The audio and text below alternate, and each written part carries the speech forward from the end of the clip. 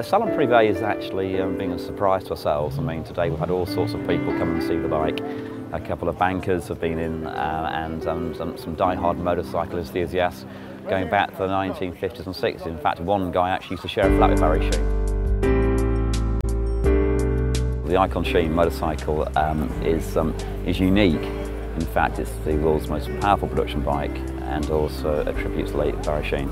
The design is started off some 5 years ago. We've now incorporated all the people that were associated with Barry's life, his frame builder, his helmet painter, the Suzuki engine. We've ended up encompassing all the engineers as well. What we try to do with the Icon Sheene is to create something that actually is unique to reflect Barry's character. He's extremely extravagant and extrovert, and hence the motorcycle and the choice of materials we've used. The design element has been specifically tailored to meet Barry's character and from the people that knew him.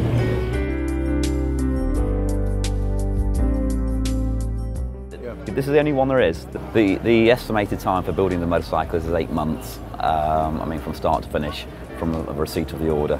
They're all hand-built, so like a bespoke suit really, you come down and you're measured, your inside leg is measured and your arms are measured, and we actually build the frame to suit. It's a Spondon engineered chassis.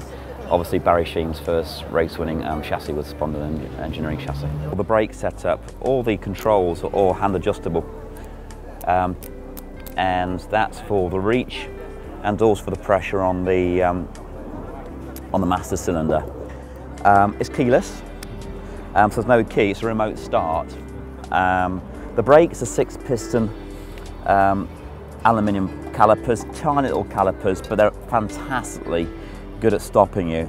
Hand-layered carbon fibre, again produced by a company that used to work with Barry a long time ago, one of his engineers. It's got a halo effect light bulb, but that's actually hand glass blown lens there.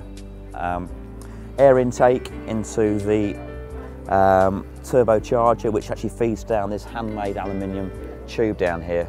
That takes about 3 weeks to make by hand. The framework in actually is beautifully welded up here, and it's a very tricky thing to do to weld aluminium, but it's been superbly done by Spondon Engineering. Quick shifter. The foot guards, again, it's taken a long time to develop these. And they're beautifully sculptured. As is this unique swinging arm. It's got an integral lift here, so normally you'd see a nasty bracket here which would lift the back end up. That's actually internally designed. Along with, the first time it's been done, actually an aluminium hugger, which is actually incorporated within the design of the swinging arm. Moving on to the rear of the motorcycle, all electronics, the Motec data cabling and ECU is actually all mounted in here with air vents as well. The aluminium tank takes a month to make. Now this was moulded from the side pod of the BAR Jensen Button Honda. That takes over a month to make by hand. Internal fuel pump, high pressure.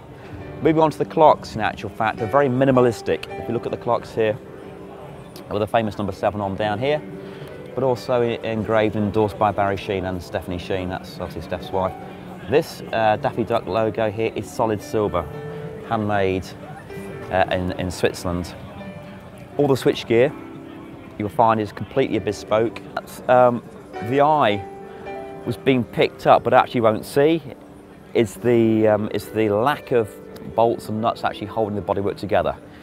It's a bit of a journey actually, the motorcycle. You need to find that that if you start looking at it, there's no visible nuts or bolts attaching the carbon bodywork. So if you look at the front mudguard, for example, there are no nasty bolts actually holding it in place. It's all internal.